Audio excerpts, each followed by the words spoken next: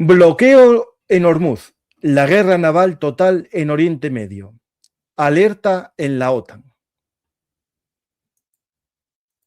Hola a todos, bienvenidos a Bellum Artis, actualidad militar y geopolítica. Vamos a hablar de la guerra de Salvas en Irán, de la guerra en el mar, que llega hasta Sri Lanka. Vamos a hablar del cierre del estrecho de Hormuz. Vamos a hablar de posibles incursiones terrestres. Vamos a hablar también, como no, de la parte geopolítica o incluso de algo de política interna española. Pero no vamos a hablar, como muchas veces hacemos, un servidor con vosotros, sino que contamos con la ayuda de un amigo del canal, el almirante de la flota retirado, Juan Rodríguez Garat, que siempre nos das luz sobre todo lo que sucede en este mundo, que está lleno de tambores de guerra sonando más allá del horizonte, ¿no, Juan? Pues así es verdad que estamos viviendo tiempos difíciles. Es una época de crisis. Bueno, pues ¿qué le vamos a hacer? La humanidad ha vivido muchas y siempre ha sabido salir adelante. Espero que este sea el caso. Pues como decía aquel, te maldigo a que vivas tiempos interesantes, ¿no? Y estamos viviendo tiempos demasiado interesantes para nosotros los que amamos la historia, ¿no? Estamos viviendo un momento histórico. Por desgracia, es histórico, ¿no? Pues tenemos este momento, Juan, en el que Donald Trump, bueno, y Netanyahu deciden acabar finalmente con su gran enemigo, ¿no? Hay que recordar que para Irán está el pequeño Satán y el gran Satán, que son Estados Unidos e Israel, ¿no? Bueno, Israel y Estados Unidos. Y finalmente se decide dar ya el fin al régimen de los ayatolás. En parte por el programa nuclear, para mí lo más importante, el programa de misiles, y sobre todo también con la excusa de la muerte de miles de ciudadanos iraníes en las represiones de enero, ¿no? Bueno, sí, tenemos claro que el propósito de Israel, eso está clarísimo, es derribar el régimen iraní. No tenemos tan claro, ni mucho menos, cuál es el propósito de los Estados Unidos, porque para no pillarse los dedos, cada miembro del gobierno, por así decirlo, de la administración Trump ha dado propósitos diferentes y a veces hasta distintos por parte de la misma persona. Yo creo que la intención del presidente Trump es guardarse las espaldas y en el momento en que ya no pueda mantener la guerra, porque la opinión pública interna no se lo permita, sumar todo lo que ha logrado y considerar que ese es el listón de la victoria, cantar victoria y retirarse como pasó, aunque desde luego en una campaña mucho más intensa esta vez, pero como pasó en la guerra de los 12 días.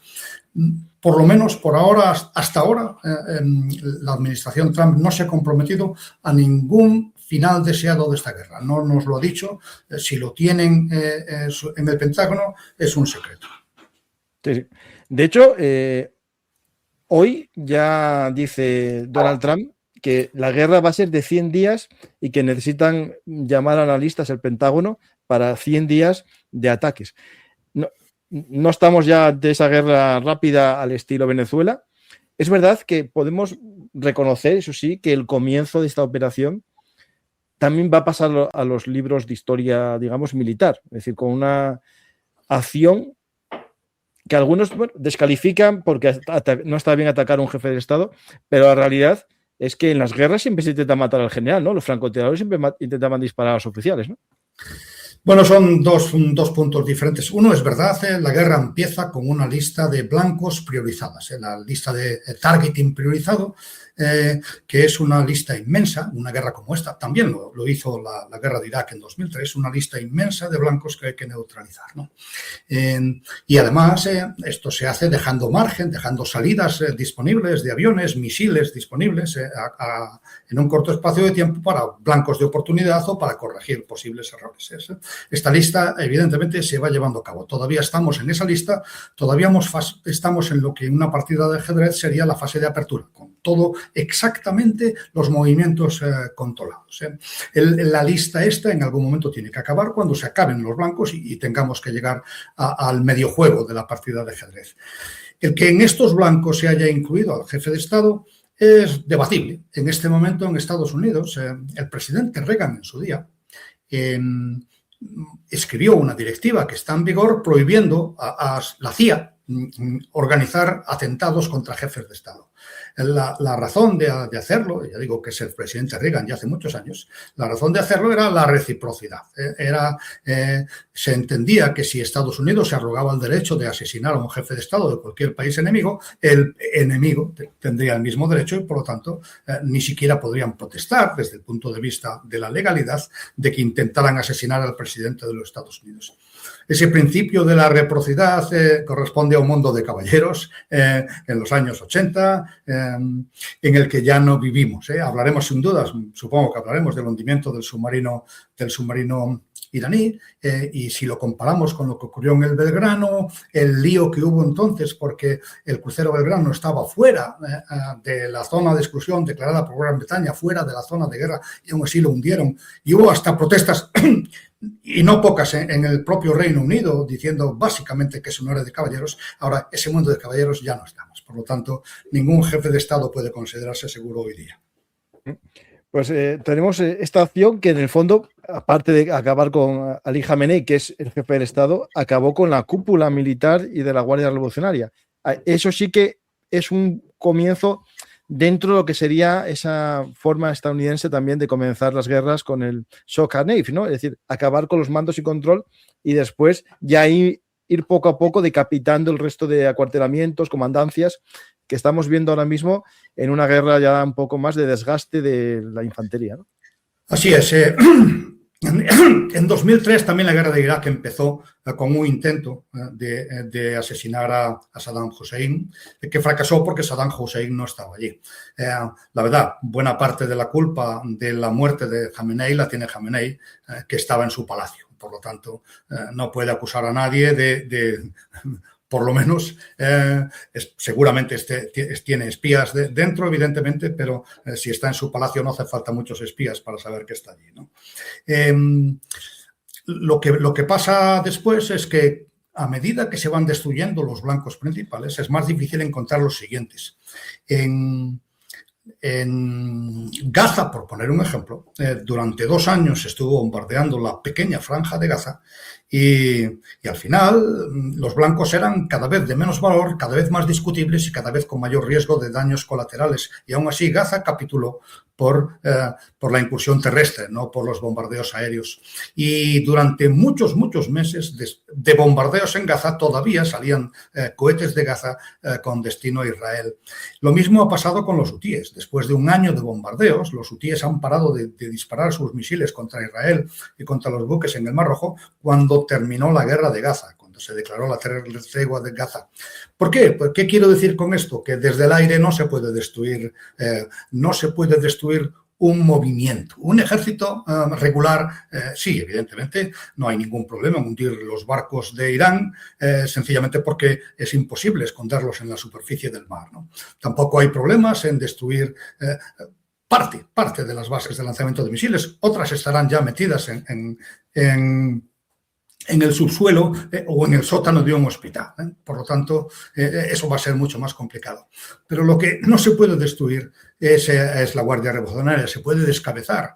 También se descabezó a Hamas varias veces, se descabezó a los hutíes, se descabezó a Hezbollah, y eso no significa que los energúmenos del Bashir vayan a tirar las armas. Y al mismo tiempo que hemos visto esta obra de arte, por así decirlo, militar de los bombardeos de Estados Unidos y de Israel, que sin una sola baja, porque los muertos no fueron en los bombardeos, sino en las bases en Kuwait, sin una sola baja han terminado de destruir todo la defensa aérea y la aviación iraní y han conquistado la supremacía del aire. Pero luego queda lo otro. Hemos visto, además de esas imágenes brillantes y espectaculares, hemos visto energúmenos de la Guardia Revolucionaria Islámica, que están ya calificados como un grupo terrorista, entrando en una escuela. Y hemos visto entrando en una escuela porque ahí saben que están más seguros.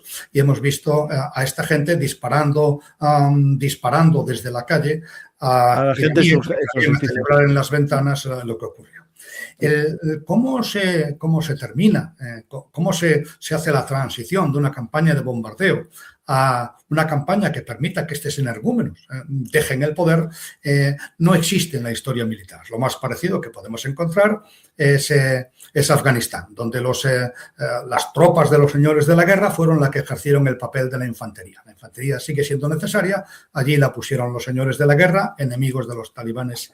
¿Quién va a poner la infantería en Irak? En Irán, en este momento, el único candidato que parece que existe, y es un candidato problemático, es la insurgencia kurda. Pero los ahí kurdos, está, que lo conté yo, Garat, el jueves ya lo conté yo que iba a pasar, acerté. sí, pues estos evidentemente habrá en este momento ya gente de la CIA, del Mossad, de las fuerzas especiales estadounidenses o israelíes negociando con la resistencia kurda, ofreciéndoles armamento, dinero, de todo tipo de prebendas a la hora de enfrentarse al poder de la revolución islámica. ¿Cuál es el problema? La minoría kurda es una minoría y además está más o menos concentrada en el Kurdistán, como es lógico, y además es menos del 10% de la población iraní y además son los únicos de religión mayoritariamente suní. Pensar que esta minoría kurda y suní va a ser capaz de derribar al régimen de Teherán me parece muy aventurado y además la posibilidad, el hecho de intentarlo significa un importante riesgo de guerra civil en Irán. Y esa guerra civil en Irán es algo muy malo para el mundo, porque en Irán hay petróleo y en Irán está el control del estrecho de Hormuz. Por lo tanto, a todo el mundo le interesaría que esta guerra terminara pronto y bien, es decir, con las Fuerzas Armadas de la Revolución Islámica destruidas, los misiles balísticos destruidos, el programa nuclear ya estaba destruido, decía Trump hace 8 meses, ahora parece que no era así, pero el problema de todo esto está en que si una vez que ocurre eso se retiran, como harán las fuerzas americanas y las israelíes, estas a desgana, pero cuando el presidente Trump diga que bastará, como en la guerra de los 12 días, que ordenaron volver a los aviones israelíes ya en vuelo, cuando el presidente Trump dijo basta, ¿no?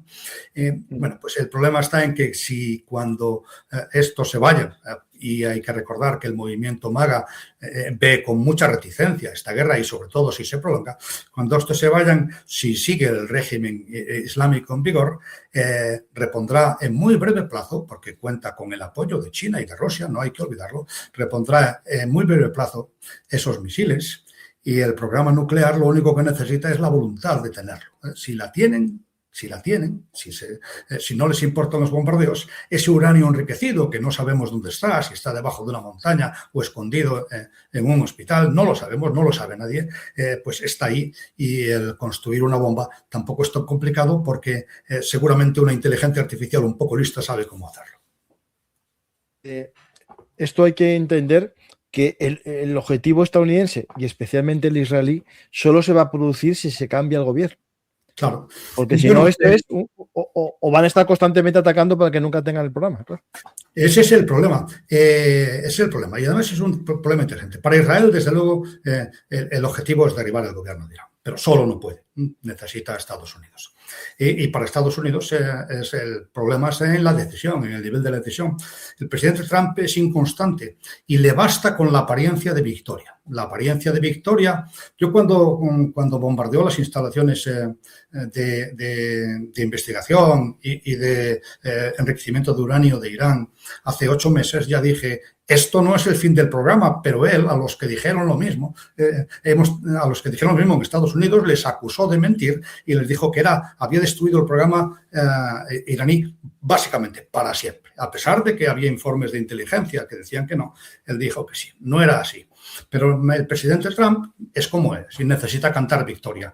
El problema que tiene el presidente Trump es que cantará victoria con aquello que haya conseguido, sencillamente. Y no se molestará si tiene que volver dentro de 8 meses, ese es un problema para dentro de 8 meses, no para ahora, no para las primarias que tiene en noviembre. Por lo tanto, evidentemente lo que está ocurriendo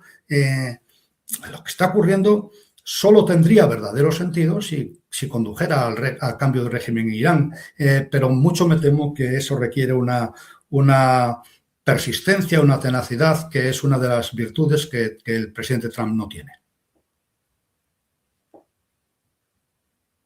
esa conciencia que ahora son 100 días ya de analistas y claro, ahí esos analistas es para lo que comentas claramente, es buscar objetivos, porque esto va a ser un sin parar de objetivos, encontrar una de las ciudades de misiles, ya la están, yo creo que están todas descubiertas y destruidas las salidas y por tanto por muchos misiles que queden ahí dentro no van a poder usarlos y ese es el objetivo. Después están las granjas de misiles, los que están enterrados en arena, ¿no?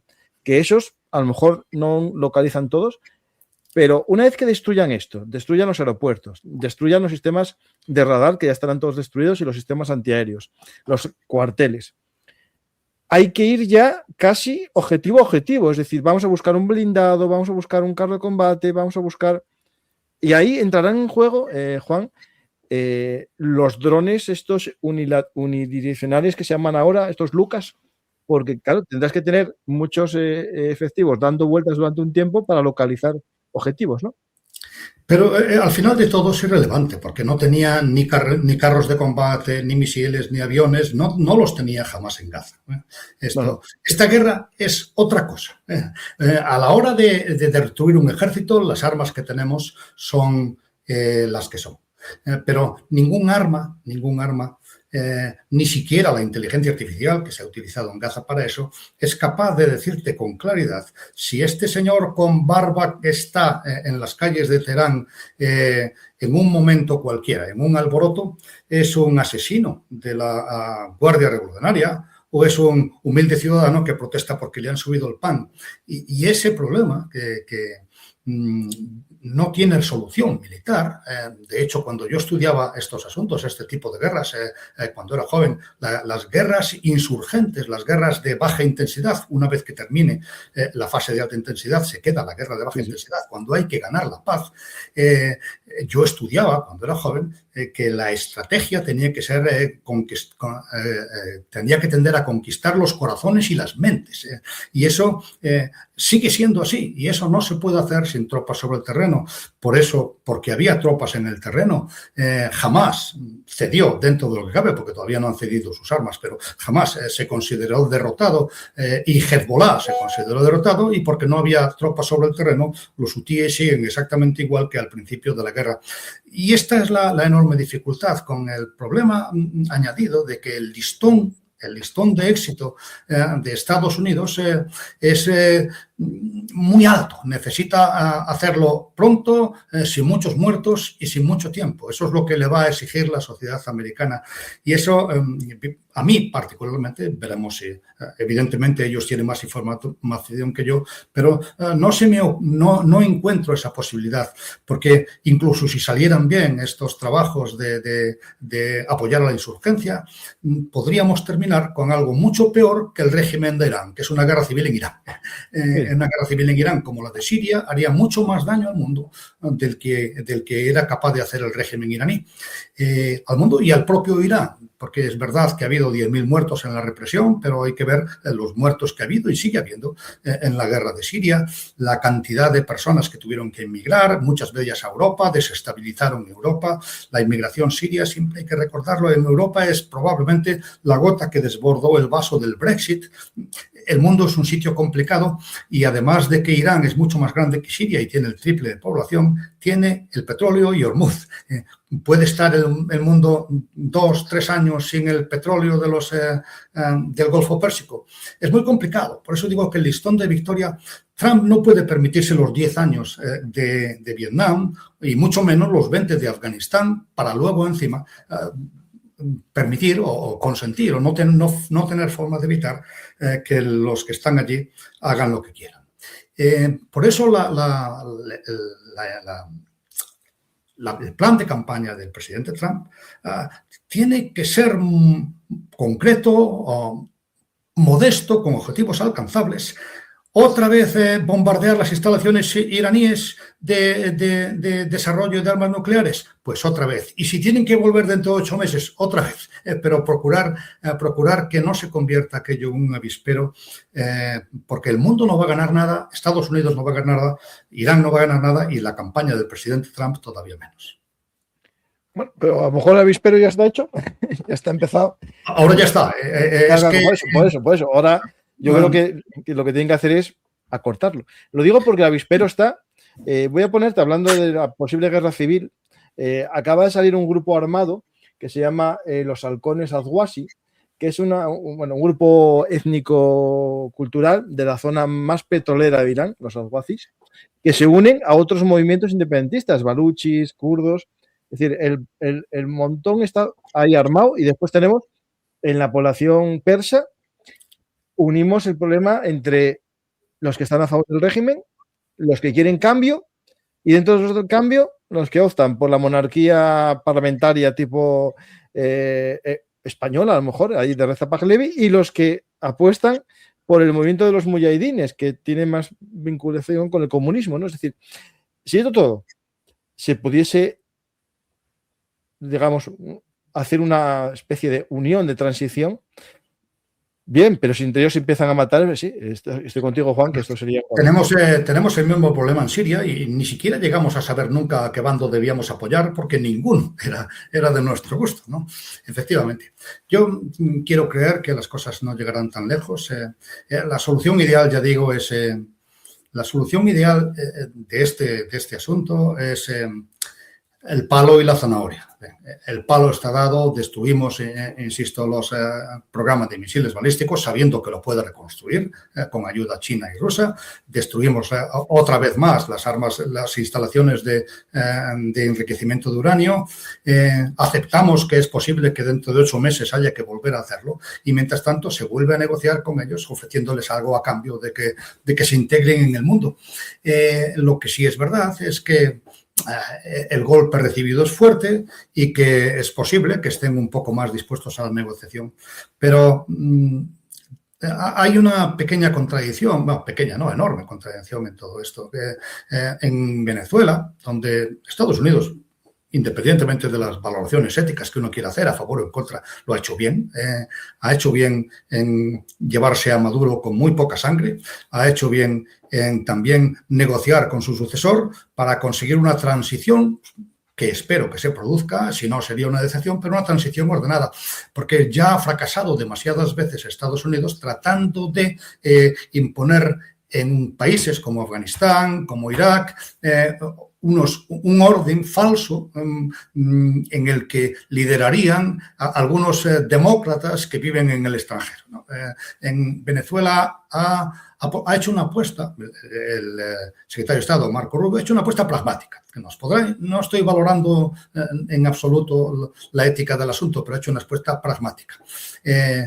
Parece que en este momento Irán está dispuesto a hacer todo lo contrario, a apoyar a quien sea, en lugar de buscar una suavización paulatina del régimen hasta que poquito a poquito, porque esto no es un problema de un día para otro, vaya entrando por la tira, después, por supuesto, del golpe recibido. Pero en ese sentido la campaña está mucho mejor dirigida tácticamente que estratégicamente, porque no tenemos claro qué es lo que quiere Estados Unidos. Para mí, si no fuera dramático y sangriento, me recordaría mucho a Sopa de Ganso de los hermanos Marx, la declaración del presidente Trump cuando hemos matado a Jamenei y teníamos 3 candidatos con los que estábamos en hablas para sustituirlo, pero los hemos matado también. A mí esto me parece entre Gila y los hermanos Marx, ¿no? Todo esto me da la impresión de que la dirección estratégica de la campaña no está a la altura de los mandos sobre el terreno, ni tampoco del nivel operacional. Pues es que hay tantos temas, Juan, yo creo que hay tantos. Vamos a hablar de lo naval porque no voy a hacer clickbait y no hablar de lo naval, pero, por ejemplo, una de las cosas que está también detrás de toda esta guerra es las milicias proxy, es decir, todo esto que fue creando Irán, porque hoy me hizo gracia uno que me insultó en Twitter diciendo, pero Irán no atacó a nadie, nada más que a Israel. Y yo pensando, pues en el Líbano, pobres libaneses como están por culpa de Hezbollah, pobres palestinos que echaron a la autoridad palestina y la lanzaron por las ventanas los de Hamás, pobres yemeníes que tienen los hutíes arrancado una parte de su territorio financiado por Irán, y pobres muchos más países que tienen estos grupos proxy. Y hoy viene esto que te voy a poner, y a partir de ahí empezamos a hablar un poco de esto, de los proxies, y también que era parte de lo que, bueno, digamos que se quería acabar con ello, y yo creo que todo esto del 7 de octubre fue la causa de todo lo que está pasando. Yo creo que a lo mejor no hubiésemos asistido a ello. Este es el presidente del Líbano diciendo algo muy importante que yo hace 2 años, 3 no me lo hubiese planteado. Lo voy a leer, ¿vale? Todos entienden que esta decisión prohíbe cualquier actividad militar de Hezbollah o elementos afiliados, y quien lo viole estará fuera de la ley. Como presidente y comandante supremo de las Fuerzas Armadas, ordeno al Ejército y Fuerzas de Seguridad arrestar a todo infractor y ejecutar el plan de desarme de Hezbollah al norte del Litani de inmediato, incluso por la fuerza, aunque esto lleve a un enfrentamiento entre el Ejército y Hezbollah. Nadie está por encima de la ley, ni es más grande que su patria. A tu servicio, Líbano. Esto, Juan, España lleva mucho tiempo allí, al sur del Litani, intentando hacer cumplir el desarme de Hezbollah al sur del Líbano, y no se hizo. La ONU no lo logró. Desde mi punto de vista, Israel lo hizo por la fuerza, y al norte del Líbano parece que el Líbano va a recuperar lo más importante de un país, que es el monopolio de la fuerza. Juan, no puede existir un Estado si no tiene el monopolio de la fuerza, ¿no? Así es, el Líbano es una anomalía, es en muchos sentidos, desde ese punto de vista, un Estado fallido, donde se ha tratado de buscar un equilibrio, que además de ser un equilibrio político, que es razonable, ha sido un equilibrio militar, puesto que la Hezbollah es una milicia armada que no responde ante el Estado, sino ante sus propios líderes. De lo que dice el presidente a lo que puede hacer, también es verdad que hay sus limitaciones, porque insisto que el gran problema que tiene las guerras insurgentes es que uno no distingue lo que está en el corazón de la persona y, por lo tanto, nunca sabe si uno es amigo, pacífico, un pacífico civil o un enemigo que guarda detrás de la espalda un cuchillo que te va a clavar.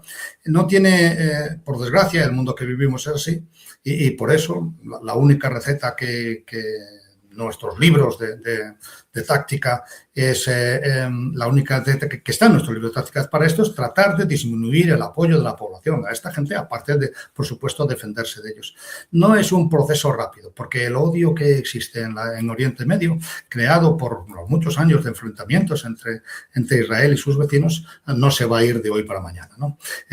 Es un esfuerzo que hay que mantener durante muchos años, por desgracia, pero que hay que tratar de avanzar en esa dirección.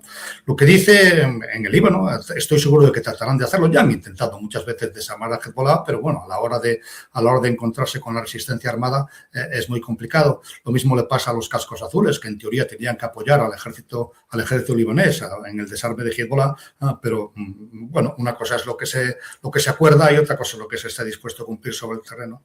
Pero hay una cosa que sí que me gustaría decir de lo que has dicho antes. Es verdad que no hay un ataque directo de Irán a Estados Unidos, aunque los ha habido de sus proxies terroristas ya hace muchos años. Pero también es verdad que si uno se pone desde la perspectiva de un ciudadano americano que sabe que la razón de ser de la revolución islámica es la guerra al infiel y en concreto que Estados Unidos es su enemigo, que manda a sus acólitos salir a la calle a decir muerte a Estados Unidos, que ese régimen tenga armas nucleares, yo comprendo que se considere como una amenaza. Por lo tanto, bueno, cada uno es libre de tener su propia decisión, pero sinceramente entiendo que un presidente norteamericano pueda recurrir a la Fuerza Armada si de verdad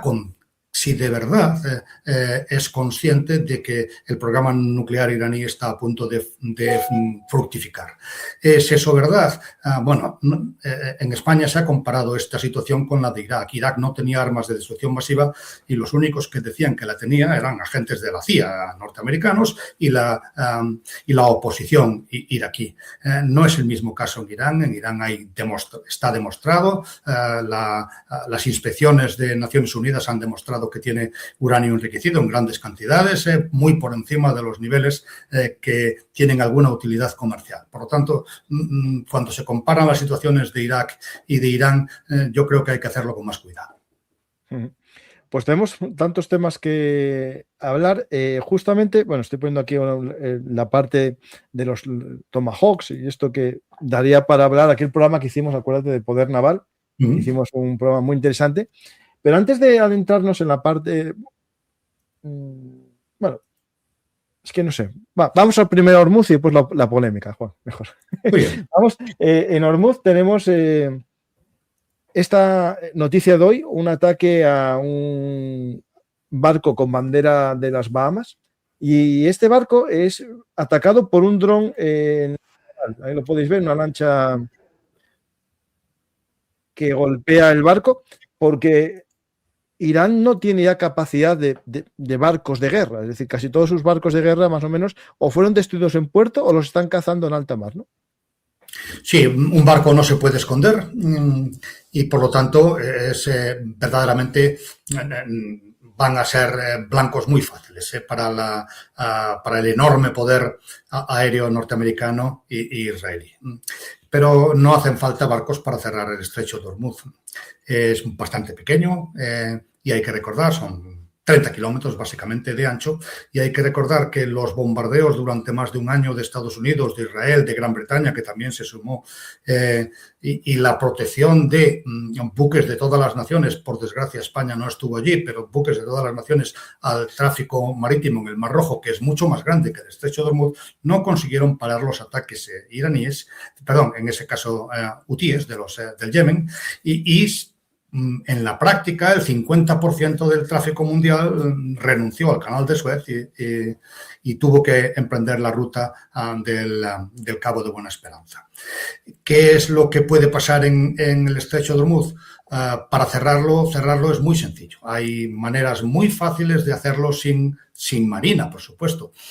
Una de ellas es el lanzamiento de minas a la deriva, pero la más normal, lo que seguramente podremos ver, es el lanzamiento de misiles desde tierra. Misiles de corto alcance, no hace falta más, lanzados a la vista, porque tampoco hace falta más, y un camión con estos misiles puede estar seguro en el parking de un hospital. Y eso lo van a hacer. Eso está claro que una vez que se traguen el orgullo, porque al final los ejércitos regulares no son como las milicias de Hamás, tienen un cierto orgullo que les lleva a tratar de estar al descubierto, pero una vez que se demuestre que al descubierto no tienen defensa, esos camiones con misiles antibuque estarán en los parkings de los hospitales y será mucho más difícil destruirlos sin causar enormes cantidades de daños colaterales.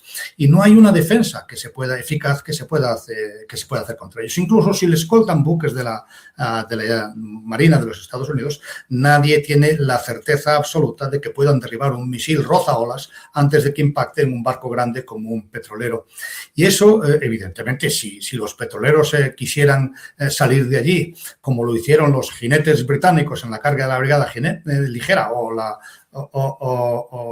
en cualquiera de estas hazañas bélicas que recuerda la historia, también, por supuesto, muchas de ellas españolas, lo pueden hacer, pero ¿a costa de qué? Si uno piensa que puede perderse no ya la mitad, incluso un tercio, una cuarta parte de los petroleros que circulen por allí, no habrá ni seguro ni compañía que quiera implicar sus barcos en esto. Por lo tanto, es cierto que Irán puede, nos guste o no, cerrar el estrecho de Hormuz, a menos que se consiga o se disponga de las fuerzas suficientes para tomar la costa enemiga, que es muy grande y es muy complicado. Hay que aceptar que el estrecho se va a cerrar.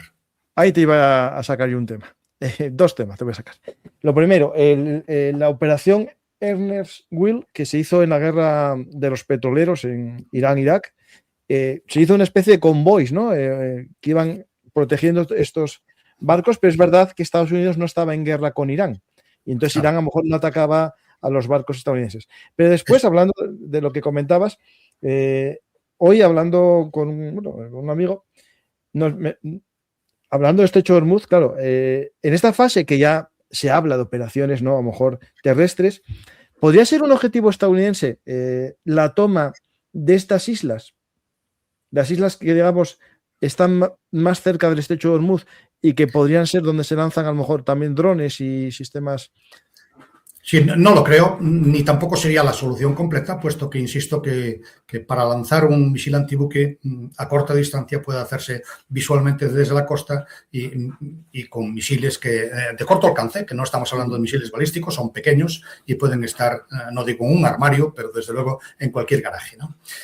Si uno piensa en los lanzadores de misiles de nuestros barcos, que todo el mundo aficionado a todo esto los ha visto sobre la cubierta de los buques de guerra, el misil Harpoon, por ejemplo, y hay otros también más pequeños, el SAZ, son misiles pequeños.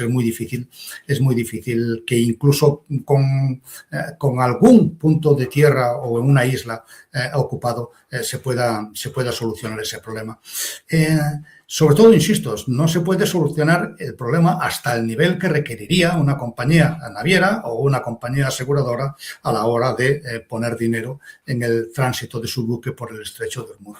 De todas formas, yo insisto, en este momento el desembarco de Estados Unidos en cualquier punto de Irán está descartado, porque el llevar las fuerzas de tierra a esa zona es un proceso que dura muchos meses. Si estuvieran allí ya lo sabríamos, como sabemos que están los F-22 o como sabemos que están los F-35, ¿no?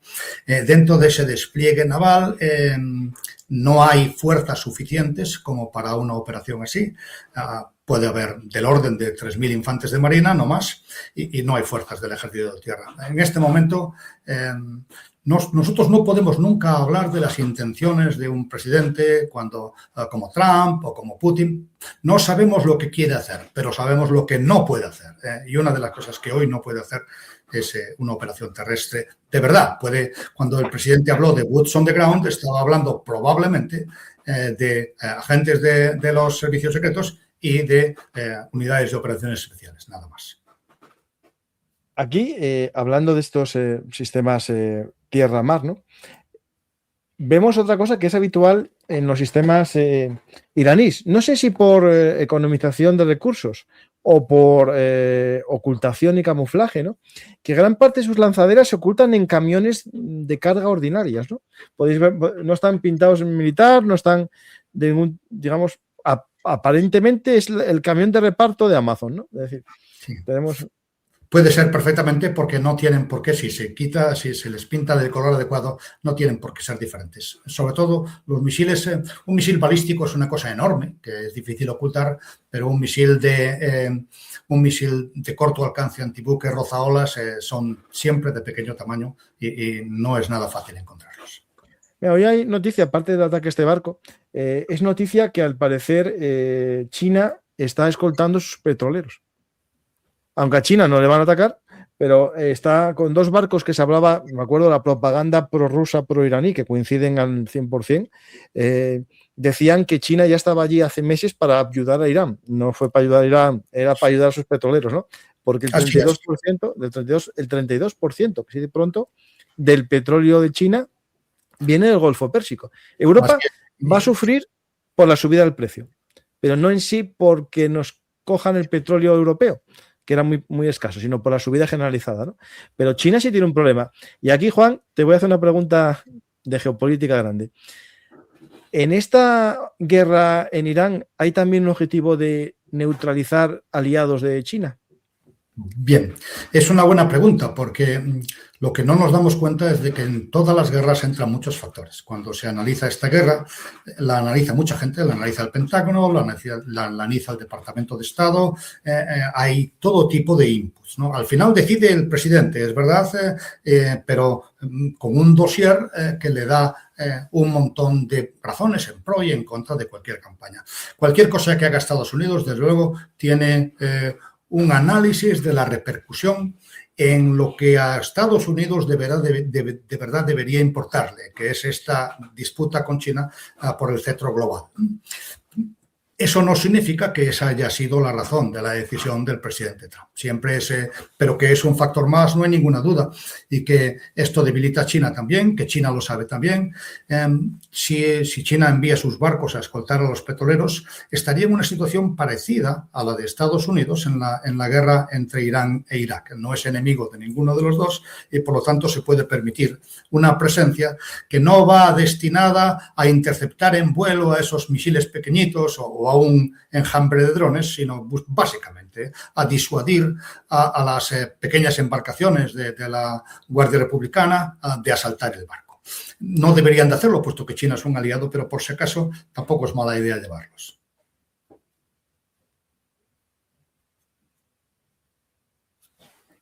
No, pedí al vecino, al albañil, que no hiciese ruido. Me dijo, no voy a dar con el martillo neumático, pero algo de ruido hace, por lo tanto quito. Pues, Juan, estaba mostrando imágenes para que la gente viese cosas de Hormuz y tal. Y lo que me llama la atención, Juan, es la cantidad de vídeos hechos con IA que están moviéndose por ahí en cuentas pro-iraníes, que los rusos no hicieron tantos vídeos de ella, pero los pro-iraníes les encantan. Y son vídeos malos, no los siguientes. O sea, misiles que se forman en las curvas, hacen así con el efecto de la curva. Un B2 que es tan pequeño que pasa por debajo de un puente y después aparece marcha atrás, ¿no? O sea, cosas muy llamativas. Pues hablando de la guerra naval, ¿no? Una de las operaciones que está haciendo también Estados Unidos, ya lo vimos, es acabar con los barcos de superficie y los submarinos. También se habla ya, por lo menos, de la neutralización de un submarino. Tengo aquí uno de los vídeos que me parecen interesantes. A ver, si no lo tengo aquí, lo vuelvo a descargar. Aquí, la fragata esta Beria, que se hundió, que fue hundida en Sri Lanka, ¿no? Podemos ver uno de los ataques últimos con un torpedo. Es decir, desde la guerra de las Malvinas no vimos un hundimiento de un barco de superficie, ¿no? De esta manera. Estos submarinos son, así un poco pregunta mía de un experto, ¿son similares a los de toda la vida o tienen algún sistema mejor para penetrar más en el casco y estallar desde dentro? Pues sí, ya de hecho no penetran en el casco. Esto no tiene nada que ver con lo que ocurría en la Segunda Guerra Mundial.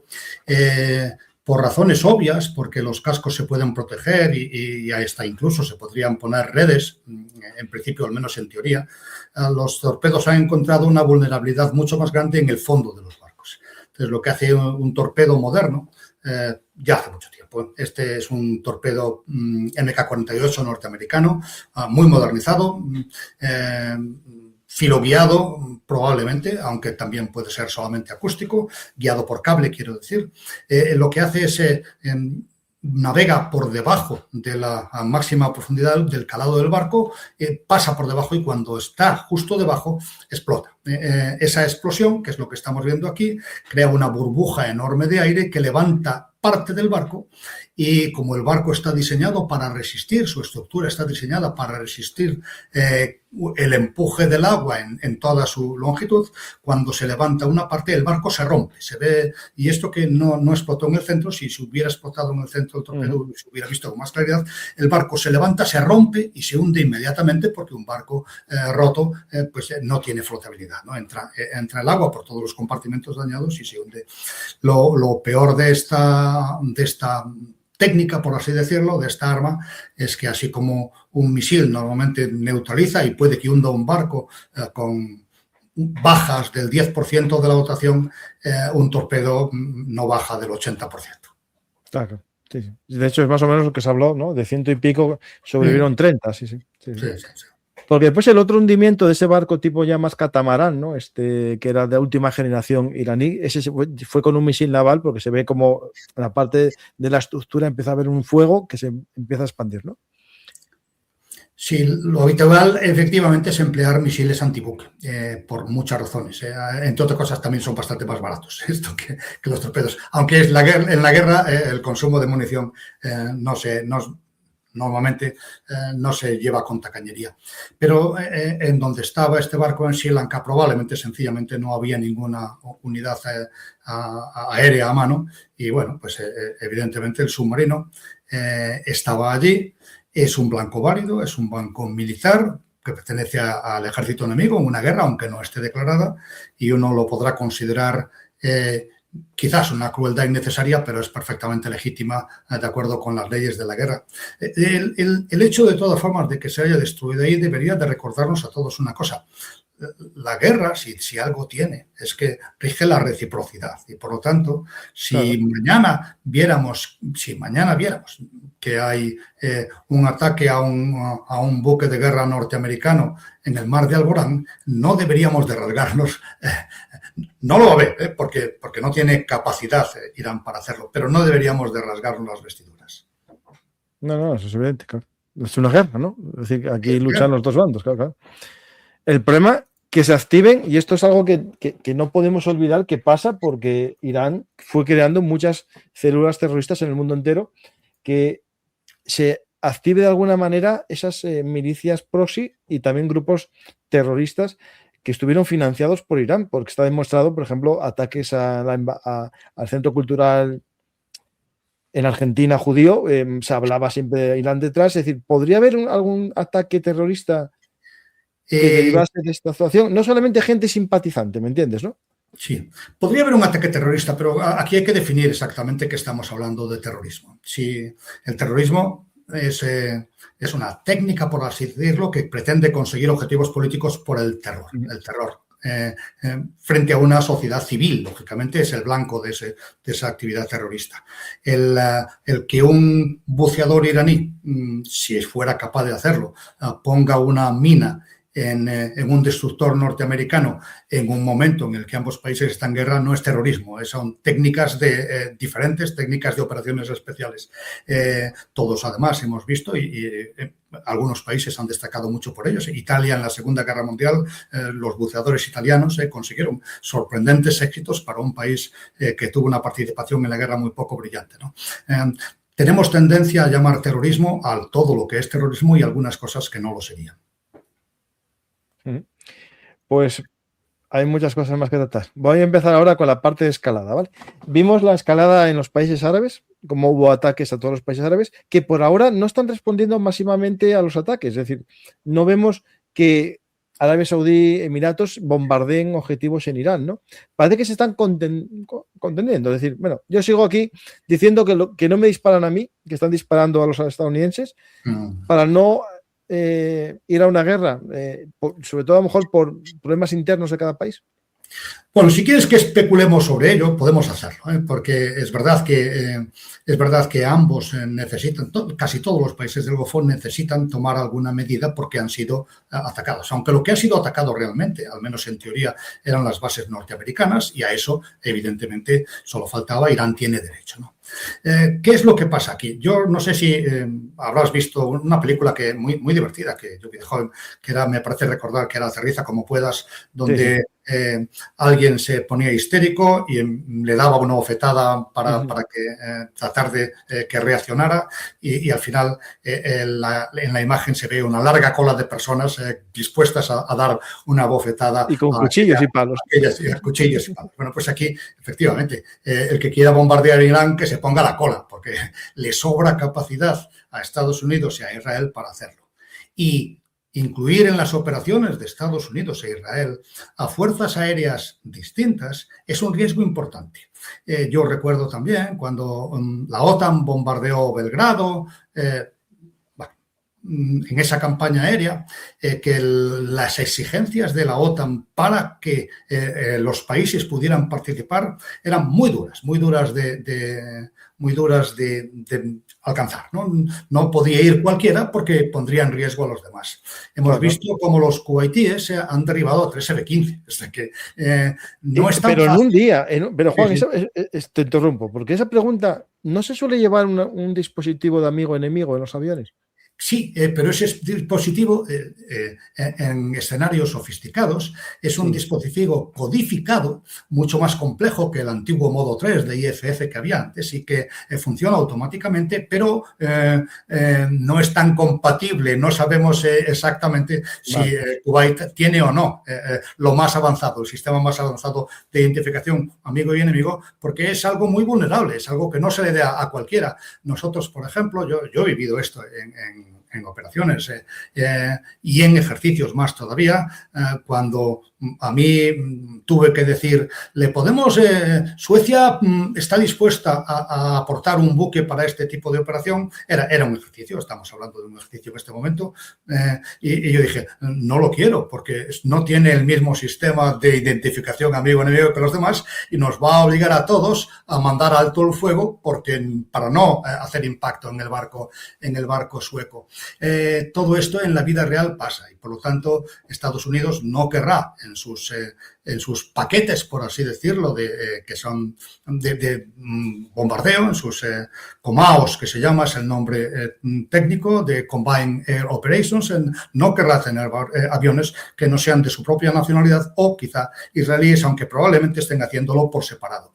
Una vez que el cielo enemigo esté completamente destruido, sí podrían tener más papel estas fuerzas aéreas de los países del Golfo, pero con cierta prudencia también, porque la responsabilidad de la campaña sigue siendo de quien es. Y si uno de estos aviones se equivoca y en vez de impactar en un cuartel, impacta en una mezquita, le van a echar la culpa al presidente Trump. Sí, sí. Una cosa que me llama también mucho la atención, ¿no? Tras 4 años de la guerra de Ucrania, ya lo sé que no todos los países estamos haciendo bien los deberes, pero estos países que vivían tan cerca, ¿no?, de un enemigo potencial, porque es enemigo de los árabes, ¿no? Y con dinero suficiente para hacerlo, no crearon una verdadera defensa antidrones. Lo digo porque ahora llegaron ucranianos y hay un agradecimiento por parte de Emiratos Árabes Unidos a Ucrania por haber derribado la mayor parte de los drones. Es decir, nadie sabe trabajar tan bien contra los Ajez como Ucrania, pero parece que no estamos aprendiendo las lecciones nadie, ¿no? Sí, porque probablemente, eso es verdad, probablemente porque no esperamos nunca habernos metido en una guerra del tipo de la de Ucrania. La OTAN en general combate de otra manera y si te imaginas la situación de Ucrania, si en vez de haber estado enfrente Rusia hubiera estado la OTAN, hubiera sido completamente diferente y no habría tenido la oportunidad ni siquiera de utilizar todos esos drones, porque no tendría blanco. Con un dron uno no va a derribar un F-35, ni siquiera tiene la capacidad de subir tan alto. Lo que quiero decir es que evidentemente hay que aprender de las lecciones de Ucrania, pero tampoco hay que llevarlas demasiado lejos porque son opuestas a guerras mucho más probables en el entorno de la alianza, como pueden ser la actual de Irán o como fue la de Irak o como son otras guerras que hemos visto recientemente, la breve guerra entre la India y Pakistán.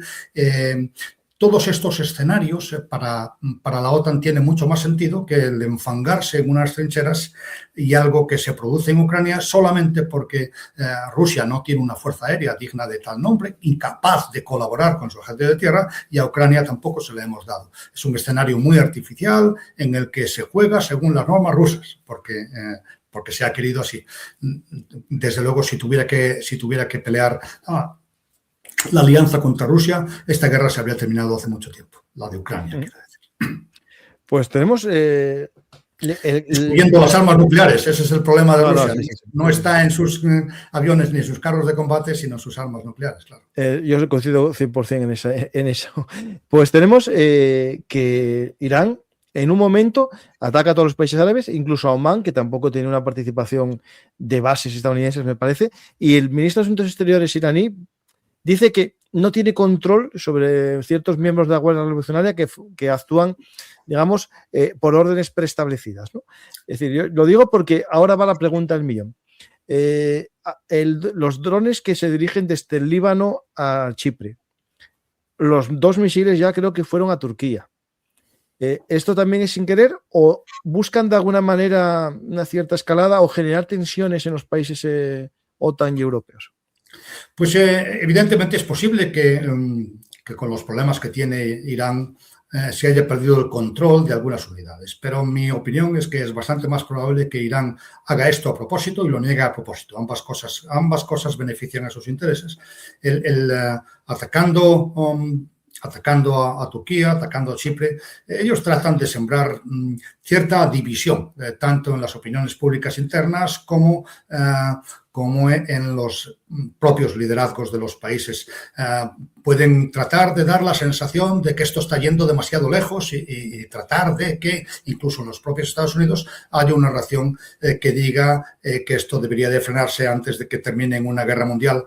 Eso, al hacerlo y al negarlo, evidentemente, sirven a sus propios intereses, porque nada le viene peor en este momento a Irán que enfrentarse a Turquía. Pues tenemos aquí este ataque también con un Shahed al aeropuerto de Azerbaiyán. Que es verdad que hay aviones estadounidenses en alguna base de Azerbaiyán, pero claro, esto es escalada. Y esta sí que es peligrosa, digamos, para los intereses internos, porque casi el 20% de la población iraní es azerí. Azerí, sí. Y esto es algo que ya me parece ya un descontrol completo, ¿no? Bueno, pero ellos lo van a negar. Hay que recordar que ellos lo van a negar. Sí. Ellos y los prorrusos y los pro-iraníes que sí. Bueno, y es verdad. La mentira es parte de la guerra. Donde debemos protegernos de la mentira es hacia adentro, pero hacia afuera, por supuesto, la mentira es parte de la guerra y es aceptable. Y pues ahora voy a sacar yo un tema que hay que luchar contra la mentira. Vivimos en la época en la que en la Casa Blanca se dicen fake news y en la Moncloa también. Y ahora me van a insultar, me van a dilapidar, pero vamos a hablar de geopolítica, ¿no? España es miembro de la OTAN, pero esto no es importante. Lo que es importante es que tenemos un acuerdo, unas bases estadounidenses desde los años 50, en la que, bueno, hay un contrato, ¿no? Y ese contrato, yo lo leí un poco por alto, Juan, tú los conoces mejor 100% que yo, y nos lo vas a explicar. Básicamente se autoriza el uso y el vuelo, salvo que se prohíba, ¿no? Bueno, no exactamente. Se autoriza el vuelo para las actividades, por así decirlo, rutinarias. Para las no rutinarias hay que pedir permiso. De todas formas, no está ahí el problema. El problema de los acuerdos con Estados Unidos que se firmaron en el 88 es que el mundo ha cambiado mucho. También el Tratado de Washington, que es el de la Alianza Atlántica, el famoso del artículo 5, hace en el preámbulo del Tratado de Washington y en el preámbulo de nuestro acuerdo con los norteamericanos, que en origen no, pero ahora está integrado en lo que es la estructura de la Alianza Atlántica, habla de que es un acuerdo entre dos países comprometidos con el respeto a la legalidad internacional, a los principios de la Carta de Naciones Unidas. Ese es uno de los puntos del preámbulo. Evidentemente, la Carta de las Naciones Unidas ya no la respeta nadie, por desgracia, pero es una realidad. Y es una realidad, además, que no tiene arreglo, porque si uno la mira, la Carta de las Naciones Unidas, la legalidad internacional, que tanto se habla de nosotros defendemos la legalidad internacional no puede condenar a la guerra de lo que está ocurriendo en Irán, sencillamente porque se enfrentaría al voto de Estados Unidos. Tampoco puede condenar a la guerra de Ucrania, ni tampoco puede condenar a lo que ocurre en el mar de China Meridional. Por lo tanto, esa legalidad superada está, o por lo menos la mayor parte de los países europeos la consideran superada, y muchos lo dijeron. Recuerdo que el primer ministro canadiense lo dijo en Davos, pero varios líderes europeos lo dijeron en la cumbre de seguridad de Múnich. Esa legalidad, por así decirlo, ya no nos da seguridad. Pero está en el tratado y el gobierno español tiene derecho a agarrarse al título del tratado, del preámbulo del tratado, lo encontrarás allí, que dice que los dos países se sienten comprometidos con la Carta de las Naciones Unidas. Por lo tanto, desde luego, lo que dice España sobre este asunto es correcto. Lo malo es que el siguiente punto del tratado le da la razón a Estados Unidos, porque habla de que las operaciones, el objetivo de estas operaciones es la seguridad tanto de España como de Estados Unidos. Y una vez que Estados Unidos decide o dice, aunque nosotros podemos crearle o no, eso es irrelevante, pero Estados Unidos dice que está atacando a Irán por su seguridad, porque se siente atacado o se siente en riesgo por el programa nuclear, pues entonces sus abogados defenderían en un tribunal que España está incumpliendo el tratado. Los abogados españoles dirían que Estados Unidos está incumpliendo el tratado. Al final, la voz que cuenta, esto no se va a llevar a ningún tribunal, evidentemente es la española, porque son bases de nuestra soberanía. Pero hay razones para que Estados Unidos esté descontento de verdad. Pero las razones fundamentales, además, más que esta realidad, porque estamos solo viendo, porque se quiere que lo veamos así, la mitad de lo que ocurre. En Rota, en Morón, hay más actividades que de las aviones cisternas, e incluso más importantes.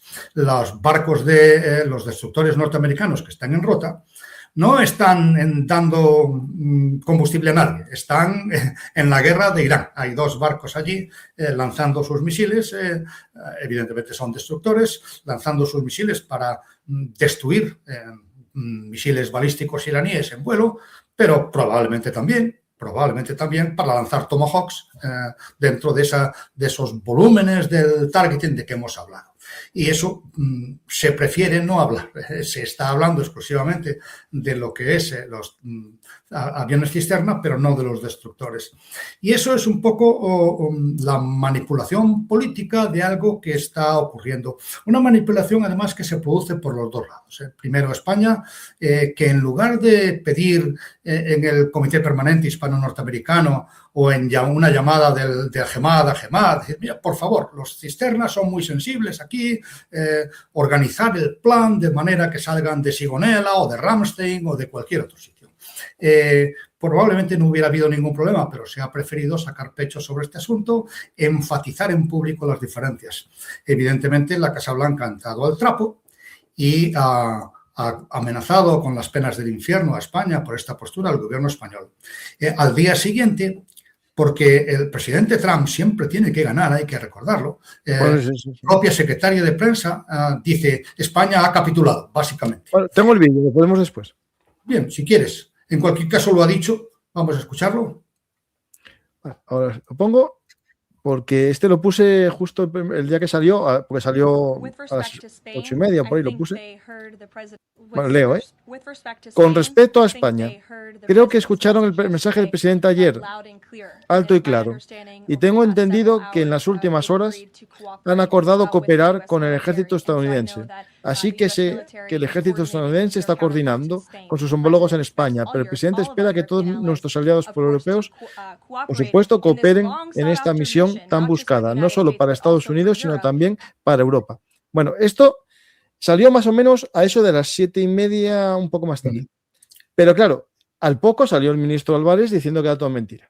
Pero déjame que te diga, las declaraciones del ministro Álvarez no van a aparecer en la prensa americana, que es donde importa Estados Unidos. Por lo tanto, el presidente norteamericano ya ha cantado victoria y no necesita nada más para cantar victoria que, en lugar de mirar a los aviones cisterna de Morón, mirar a los destructores de Rota, si lo tiene ahí. No hace falta que haya, de verdad, no hace falta que haya ningún cambio, con absoluta independencia de que luego el gobierno haya dicho que con el grupo francés en el que está de escolta en el Báltico se va a ir la fragata Cristóbal Colón a proteger a Chipre, ¿no? Y eso está bien. España debe estar siempre con sus socios europeos porque solo no pintamos nada en el mundo. Pero no veas en esto más que hay 2 niveles en las noticias. Uno, el nivel político, donde se ha montado un rifirrafe que beneficia al presidente español y al presidente norteamericano, y el otro, el de la realidad, donde, como si fuera en un submarino a 50 metros bajo el agua, no se ha notado absolutamente nada. En Rota siguen trabajando hoy como trabajaban ayer. Y cuando se pone el énfasis en lo que uno quiere, uno puede argumentar cualquier cosa. Esta mañana, creo, salió un avión de transporte de la base naval de Rota, con destino a Oriente Medio. a donde vaya. No es un cisterna, pero es un avión de transporte. Si uno quiere poner la lupa sobre eso, evidentemente España ha capitulado, pero el gobierno sostendrá que no ha capitulado porque lo que había prohibido no eran los aviones de transporte, sino los aviones cisterna. Esto les permite ganar a los dos en el nivel político, sin que afortunadamente las relaciones de verdad entre Estados Unidos y España se vean afectadas. Claro, pero después se filtra el vídeo de la ministra de Defensa que, bueno, pongo el vídeo y después, este vídeo lo dejo bien claro. Yo descargué un vídeo, lo procesé con la IA, le quité el ruido de fondo, le mejoré el ruido y está editado por mí. No está editado por nadie para que digan que esto está amañado.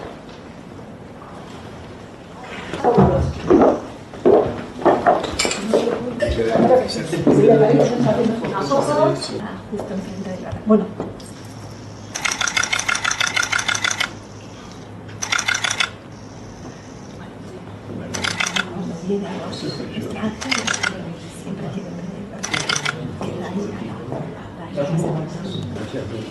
¿Quieren tomar algo? Bien, ¿quieren tomar algo? ¿Saben qué voy a hacer? Voy a apagar la calefacción porque yo... ¿Qué pasa? Que a veces aquí la gente... Ahí justo... ¿Saben qué voy a hacer? Voy a apagar la calefacción porque yo... Aquí es cuando dice yo estoy con Trump. Se oye de fondo, muy bajo, pero se oye perfectamente. Claro, yo estoy con Trump, en este contexto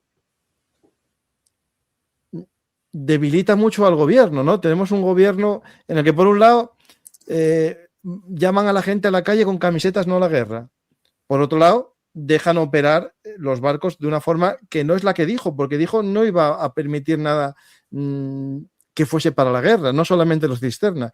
Y tercero, vamos una fragata a una operación que yo veo positivo y veo muy bien hacerlo, que hay que defender a Chipre, que es parte de la Unión Europea, y a los británicos, que son parte de la OTAN.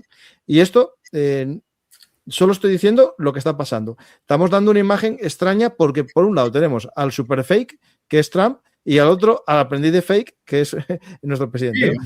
Claro, es un poco complicado. Ambos están mintiendo, cada uno a su opinión pública en ese sentido.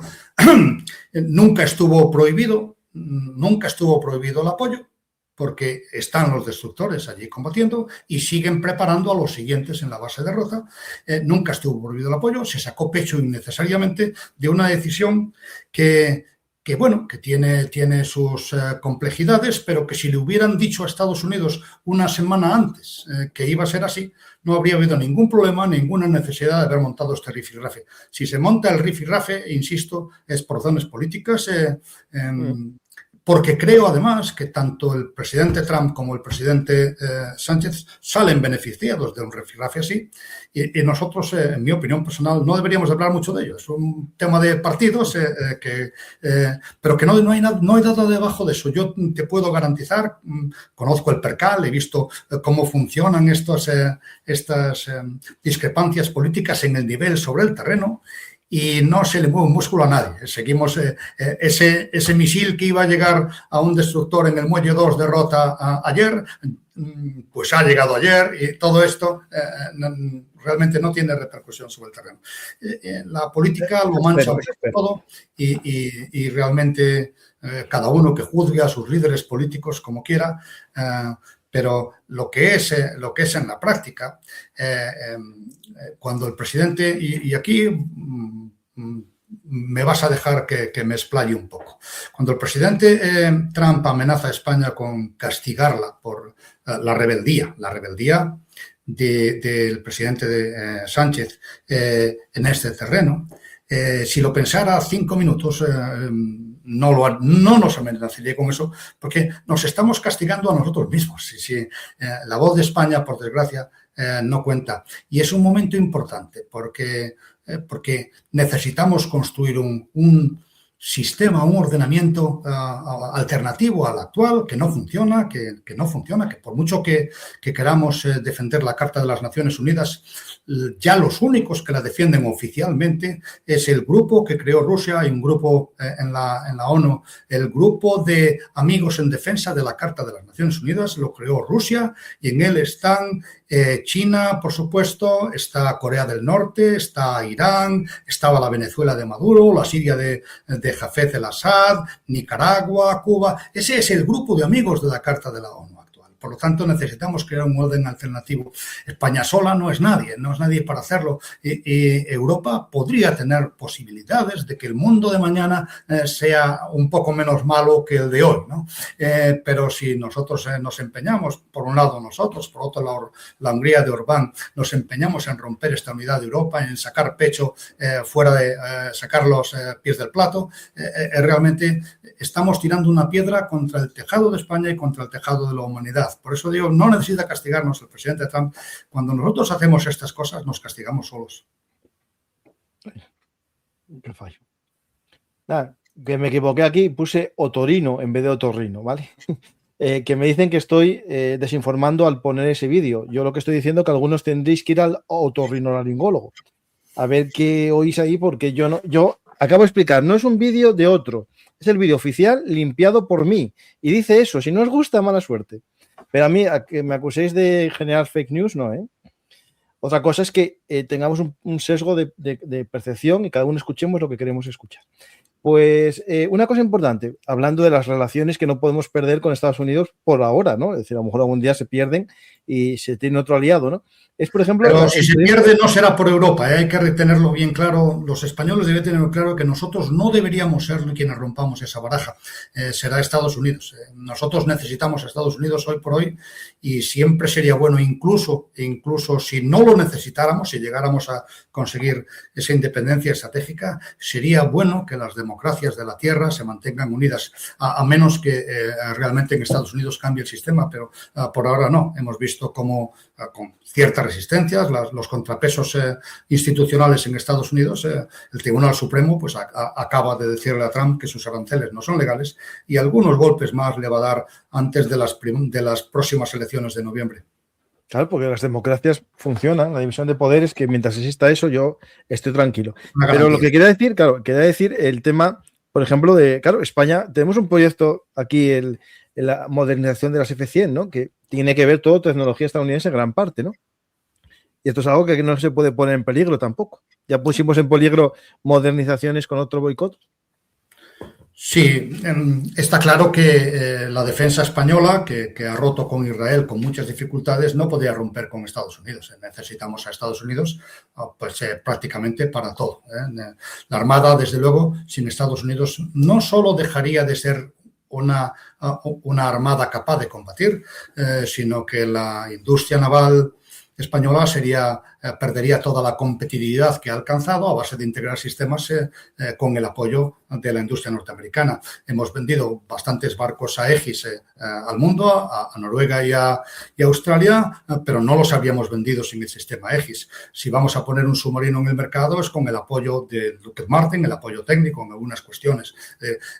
La defensa española no tiene ninguna capacidad de sobrevivir sin Estados Unidos. La mayor parte de nuestros misiles vienen de allí.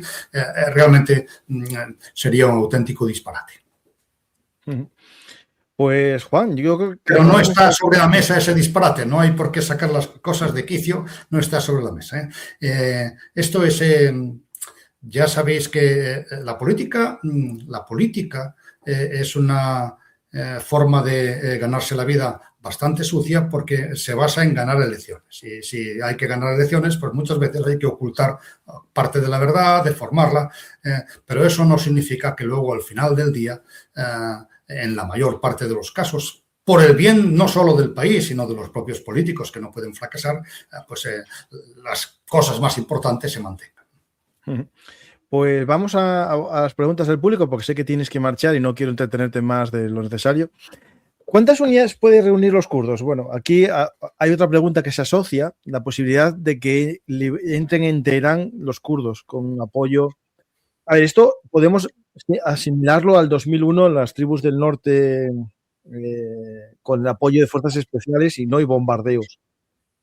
Es posible. Yo creo que, Juan, si hay una caída del régimen, ¿no? Sí, pero tendría que haber una caída muy profunda, porque insisto en que los kurdos no son el candidato ideal para entrar en Teherán. Son distinta etnia, distinta religión y tampoco tienen la capacidad de combate que tenían las milicias de los señores de la guerra tribales de Afganistán. Irán es un país en muchos sentidos mucho más avanzado de lo que fue Afganistán y me parece que replicar una situación en otro lado, como esa en otro lado es difícil. No iban a ser bien recibidos los kurdos en ningún sitio de Irán. Hay que recordar que es verdad que muchos iraníes están contra su propio régimen, pero todavía más que su propio régimen odian a Israel. Bueno, a lo mejor la juventud no tanto, porque yo vi vídeos que no, pero claro, es verdad que la mayoría parte de tantos años metiéndoles información y todo eso, claro. No valen los vídeos porque en general, aunque... Claro, porque los que los mueven también son parte, claro. Efectivamente, uno saca en vídeo lo que quiera. Entonces uno puede sacar, si quiere, puede sacar... Es un ejemplo, puede sacar una manifestación de 100 personas a favor de lo que sea y olvidarse de que hay otra de 100.000, en sentido contrario, 2 kilómetros más allá. Quiero decir, los vídeos no demuestran nada a menos que haya detrás de ellos alguien imparcial que nos esté asegurando que esto representa la realidad. Es como las declaraciones del público al que entrevistan en los programas de televisión, que dependiendo de la tendencia del propio medio, pues resulta que dicen cosas completamente diferentes. Están seleccionados. Pues voy a poner ahora última hora, ¿vale? Noticia importante. Esto es el ataque... no, espera, no, esto no es lo que yo quería. Pero lo que has puesto tiene sentido. ¿Cómo van a confiar en Estados Unidos después de lo que pasó en Siria? También es verdad. Esto es el ataque con misiles balísticos a la refinería Babco en Bahrein. Es decir, ya no es un ataque a base solamente, es decir, ya es el segundo ataque a una gran refinería en la zona, ¿no? Así es. Y eso también forma parte del intento de Irán de elevar el coste de la guerra para tratar de que sea más corta. Irán, evidentemente, querría que esto terminara ya, su castigo terminara ya, cuanto antes mejor, menos riesgos también para el régimen. Y esto mañana negarán haberlo hecho, pero efectivamente hay una refinería que está incendiada.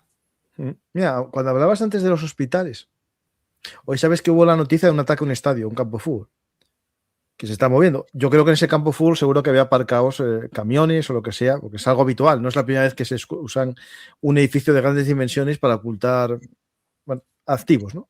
Y ahora se está filtrando esta información de cuentas pro antirrégimen, pero iraníes, de metiendo cajas de munición en mezquitas. Lo que tú comentabas antes de los hospitales. Es decir, ya están haciendo esa atomización, ¿no? Para una resistencia, ¿no? Así es, y esa es la defensa del pobre en concreto. Eso es lo que hemos visto en Gaza, no tendríamos por qué sorprendernos, lo que hemos visto en Gaza, lo que hemos visto en el Yemen, en la guerra civil, lo que hemos visto en los escenarios donde hay guerras civiles también prácticamente activas, como Libia. Eso es la gran dificultad de ese tipo de conflictos. Nosotros podemos ganar las guerras de alta intensidad. Todavía no hemos encontrado una forma segura de ganarlas de baja intensidad y, de hecho, casi todas las hemos perdido. Sí, es que es un escenario muy complejo.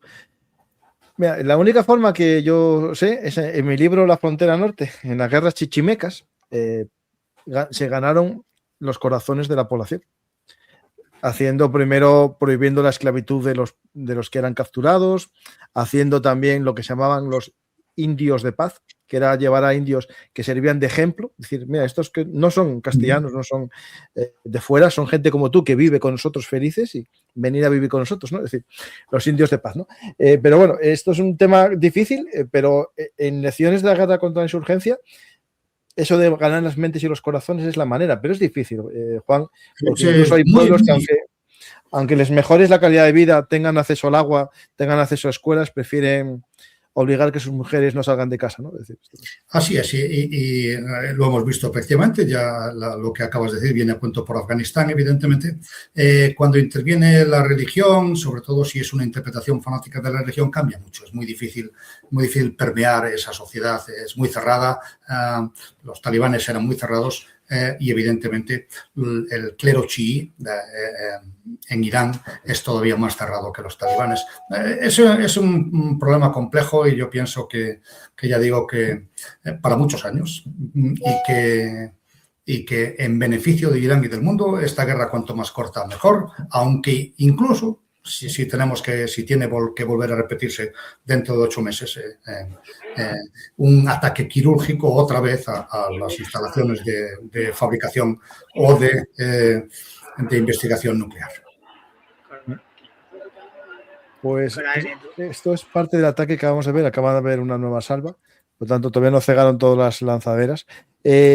¿Qué posibilidades hay de que se produzca un cambio de régimen en Irán? Bueno, esto ya lo estuvimos hablando, es complejo. De hecho, ayer hice un programa que interrumpo, pero quiero que es muy buen programa, con Marta González y mi amigo también Mariano López de Miguel, que se llama El trono de Teherán, el líder supremo y cómo es el sistema. Explicamos desde el origen de la revolución hasta la actualidad cómo fue la creación del régimen. Y yo creo que es interesante que lo veáis para entender si es fácil o no que cambie o que evolucione, ¿no? Pues, bueno, Juan dijo que era difícil y yo veo también muy difícil este cambio. Y yo, la posibilidad de un Delsi ayatolá, o un ayatolá Rodríguez, sea la posibilidad mejor para el sistema, una transición interna, ¿no? Que mantenga algo los cordones del sistema, ¿no? Sí, lo que pasa es que es extremadamente improbable. Sí. Lo que unía al chavismo era la ambición de poder y evidentemente si uno puede quitarle la silla a otro lo van a hacer. Pero el poder en Irán, tal como lo conocemos, es muy diferente. No es Khamenei no tiene nada que ver con Maduro ni con Putin, ¿no? Khamenei es la cumbre de un sistema dominado por el clero chií. Es un sistema de poder colectivo, el Consejo de Guardianes de la Revolución, la Asamblea de Expertos, todo está filtrado desde la base para que los más radicales chiíes lleguen a los puestos de mayor responsabilidad.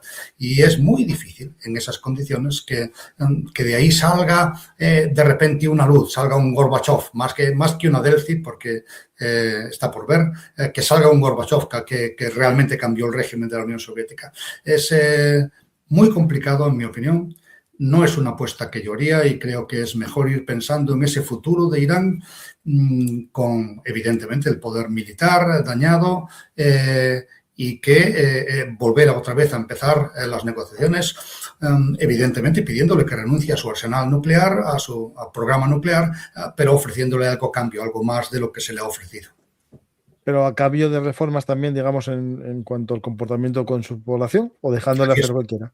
Así es, porque el problema es que esa legalidad internacional de la que hoy se habla tanto no protege a las poblaciones. La forma que encontró la humanidad en el año 45 para evitar la guerra era respetar la soberanía de los estados para evitar las guerras entre estados, ¿no? Se llegó al acuerdo de que los estados eran soberanos y eso dejó desprotegida, la verdad, la legalidad internacional actual deja desprotegida a las sociedades, a los pueblos que se encuentran con un régimen que los masacra, ¿no? No hay nada que se pueda hacer porque dice, es que las sanciones, en vez de la guerra, las sanciones también son ilegales, son igual de ilegales que la guerra, a menos que la respalde el Consejo de Seguridad de Naciones Unidas, que no lo va a hacer sencillamente porque está polarizado y hoy el que no es aliado de uno que tiene derecho de veto es aliado de otro que también tiene derecho de veto. Por lo tanto, estamos en un momento en que la legalidad internacional lo único que hace es permitir que los matones del barrio se autoabsuelvan y deberíamos empezar nosotros, los europeos, las democracias occidentales, Estados Unidos también, tan pronto como ellos lo decidan, deberíamos de empezar a concebir cuál va a ser el orden que va a relevar a este que ha fracasado. Y por eso me importa a mí tanto el que cada país europeo tantas veces salga por peteneras buscando sus propios intereses. Un caso que también es importante, que ha ocurrido estos días, es España que a veces parece que quiere liderar la resistencia a Trump, se ha negado a participar en un programa tan importante para nuestra independencia estratégica como es el que empiezan a desarrollar a Francia y Alemania con otros países europeos para tratar de conseguir una disuasión nuclear propia. No existe una independencia estratégica sin disuasión nuclear propia, porque lo que no le podemos pedir al presidente Trump es que ponga en juego Washington para defender Madrid si luego nosotros le decimos que hacemos lo que nos da la gana.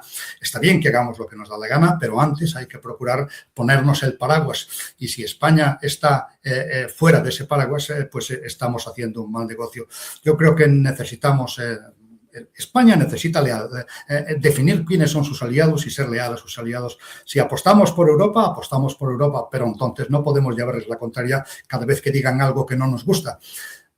Si me permites, voy a hacer por visualizar este concepto. Recuerdo la primera vez que se reunieron las potencias europeas, la mayoría de ellas, España incluida, para hablar de las fuerzas que se iban a desplegar en caso de una hipotética tregua en Ucrania, ¿no? Y se estuvieron reunidos los líderes europeos. Creo recordar que fue en París durante varias horas y salieron diciendo cada uno una cosa diferente. Digo, las cosas diferentes había que haberlos dicho dentro. Y fuera, salir todos diciendo la misma cosa.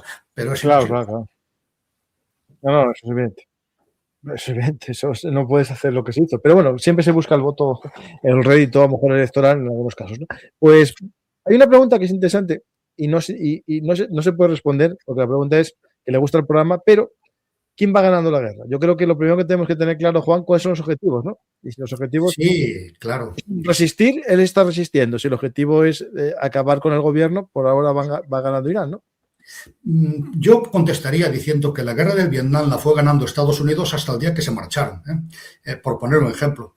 El quién va ganando la guerra no tiene mucho sentido. Estamos en la fase de apertura, está produciéndose la apertura como los dos lados creían que se iba a producir una campaña masiva de bombardeo aéreo muy eficaz por parte de los aliados, de Estados Unidos e Israel, y una resistencia patética desde el punto de vista militar patética, de Irán lanzando misiles que no tienen ningún valor militar. Han matado a 6 norteamericanos, es verdad.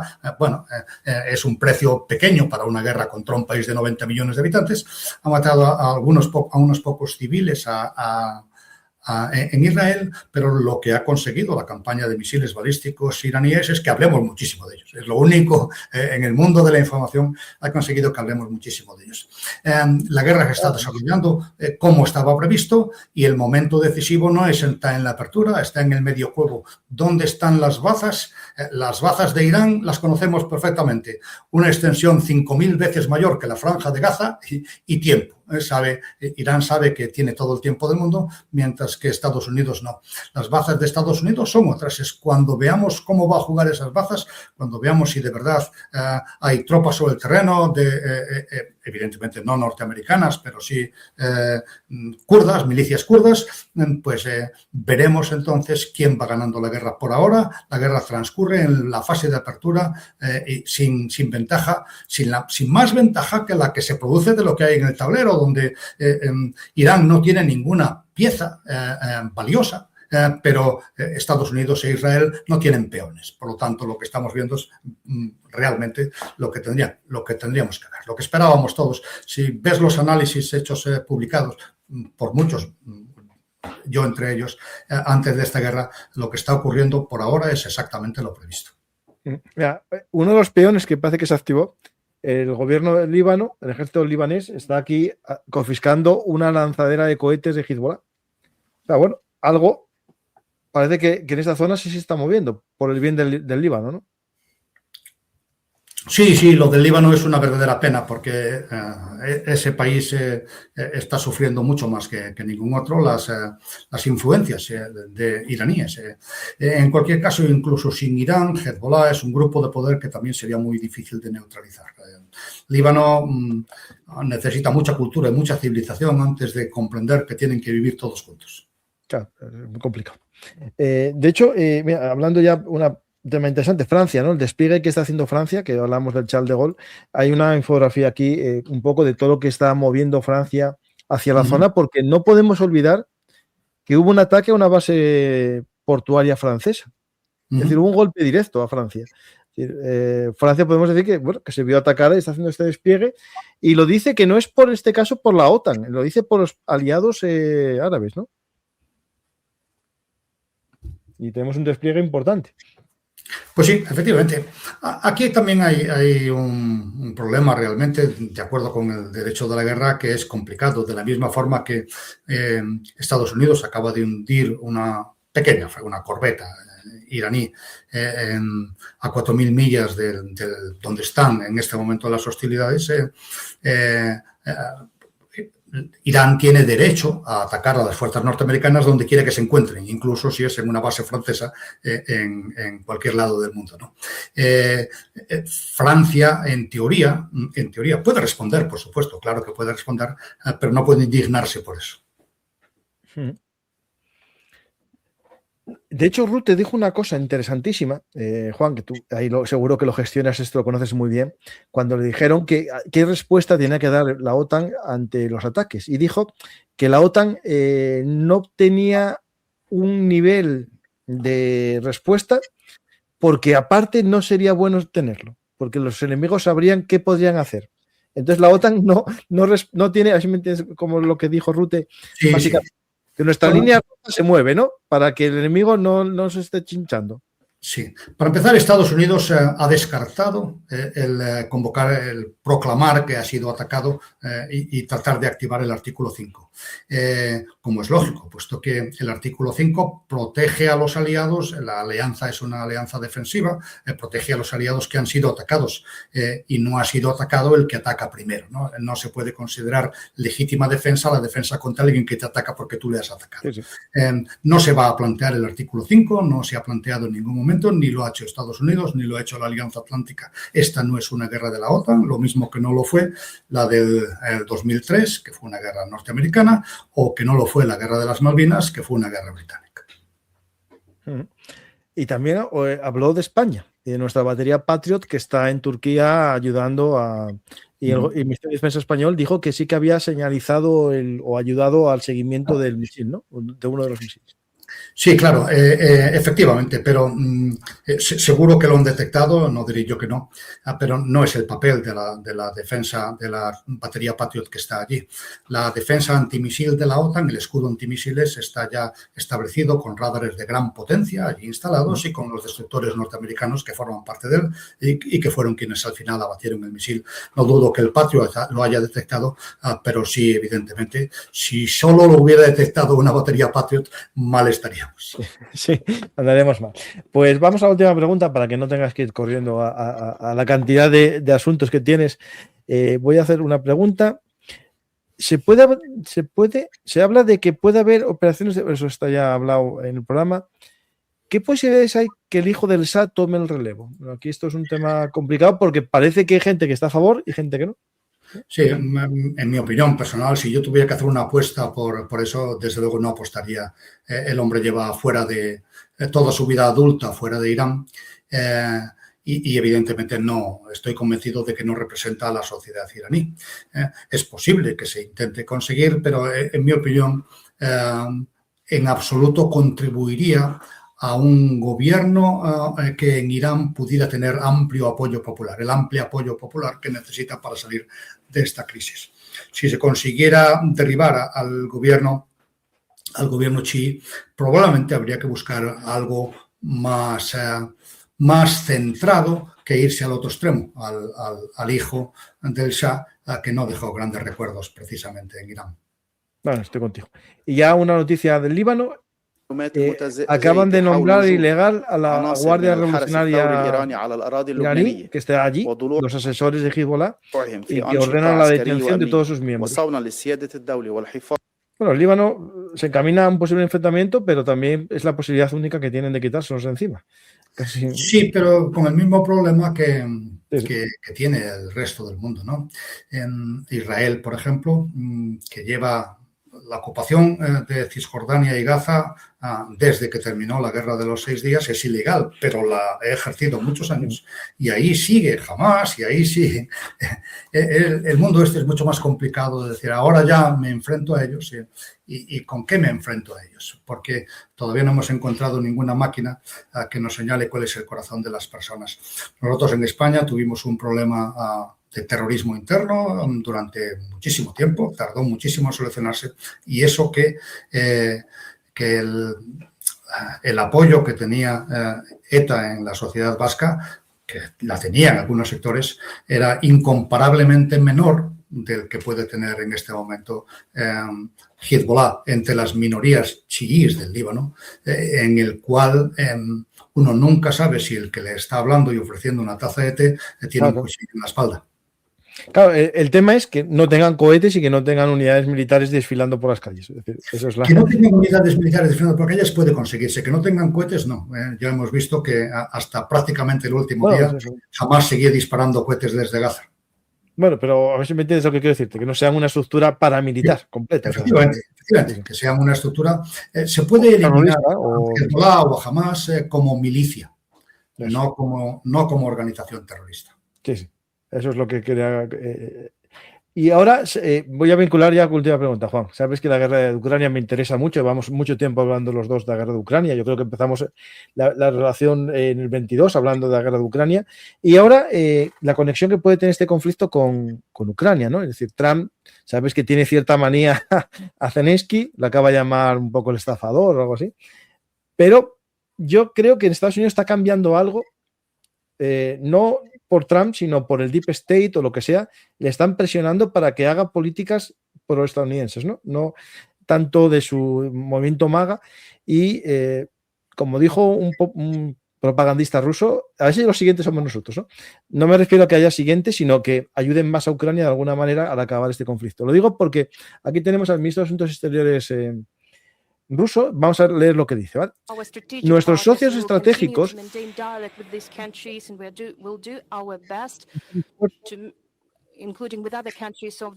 como otros países de la comunidad internacional, el Consejo de Seguridad de las Naciones Unidas y la Asamblea General de las Naciones Unidas, haremos todos para crear una atmósfera que haga que esta operación imposible. Bueno, básicamente lo que dice esta parte, ¿no?, es que colaborará para impedir el éxito estadounidense en esta operación. Es decir, es un poco lo que quiere decir, pero es lo único que está haciendo por Irán, ¿no? Esto. Sí, efectivamente no tiene grandes posibilidades de ayudar a Irán. Si quieres que te diga la verdad, yo también pienso que, a pesar de que a corto plazo la subida del precio del petróleo va a beneficiar a Rusia, yo creo que en cuanto pase un poco la marejada, el propio presidente Trump se verá más forzado por la sociedad americana a enfrentarse a esta agresión, porque al fin y al cabo todos los argumentos que puede dar, o buena parte de los argumentos que puede dar contra el régimen iraní los puede dar también contra el actual régimen ruso. Y además, aunque él no quiera, la propia sociedad norteamericana, poquito a poquito, incluso los MAGA, se ha dado cuenta todo el mundo, menos parece que él, de que el presidente Putin le está tomando el pelo. Y eso es algo que cuando alguien toma el pelo a tu líder empieza a caerte mal, ¿no? Porque las largas que le ha dado, la negativa luego a dar un solo paso atrás, yo creo que en general el movimiento MAGA culpa a Putin, no a Zelensky, de que no se haya terminado la guerra de Irán, de Ucrania, como quería su presidente, y eso pues terminará pasándole factura. Pero bueno, la guerra de Ucrania le queda mucho tiempo, todavía es muy complicada, es muy distinta a la de Irán, pero probablemente sea más larga todavía. Pues gracias por esta gran reflexión, Juan, y muchas gracias por venir aquí a ver un Artis y hacer que tus explicaciones duren mucho más que en la televisión. Esto es algo que aquí es un placer escucharte, no frases cortas. El otro día fui a una televisión vasca de TV y me dijeron, todo muy bien, pero la próxima vez que vengas, frases más cortas. Yo, calle, pero no se puede explicar nada. En la tele todo está muy la verdad es que todo está muy esquilazado. Pero bueno, en este momento hay muchas televisiones que quieren información, de todos, además de todos los colores, y eso creo que necesitamos dársela y por eso la verdad que llevo 3 días de lo más liado. No creas que me ha sobrado mucho este tiempo. Ya no tengo descanso ya hasta esta noche y mañana otra vez tempranito volver a empezar. Te dijeron, te vas a jubilar y vas a descansar, ¿no? Sarna con gusto no pica, se dice, y es verdad, yo estoy contento con esto, pero porque además es una buena oportunidad para que la cultura de defensa que falta en España pues se vaya adquiriendo a la hora de meditar sobre estos conflictos y para que no tengamos que creernos lo que dicen por ahí, ¿no? Efectivamente, como dice aquí Javier, no tenemos cultura de defensa, eso es cierto. Es increíble y que yo como llevo aquí esta camiseta, si vis paquen para Bellum Artis, bueno, pues muchas gracias. Juan, y una cosa de despedida final. Aconsejo el libro Tambores de Guerra de Juan Rodríguez Garat y ya que si vais a comprarlo, comprar El Mundo Convulso, que hacen una buena pareja, os lo digo yo, que hacen buena pareja. Tambores de Guerra, más metido en España y en nuestro entorno, y el mío un poco más geopolítico completo. Pues Juan, muchas gracias y si quieres decir algo al público como despedida. Pues nada, tampoco tengo tiempo, que he quedado ahí 20 con alguna emisora de televisión. Pues muchas gracias, Juan, y me despido yo. Dándoos las gracias. Si os ha gustado el programa, ya sabéis, dar a me gusta, dejar un comentario, compartir y suscribiros aquí a Bellum Artis. Pero sobre todo, por favor, descubrir el canal Bellum Artis Historia Militar. Porque todo lo que está pasando hay que entender el pasado. Si queréis conocer la guerra civil del Líbano, la guerra Irán-Irak y muchas más cosas, en el canal de Historia hay programas muy interesantes sobre el tema. Gracias y hasta la próxima.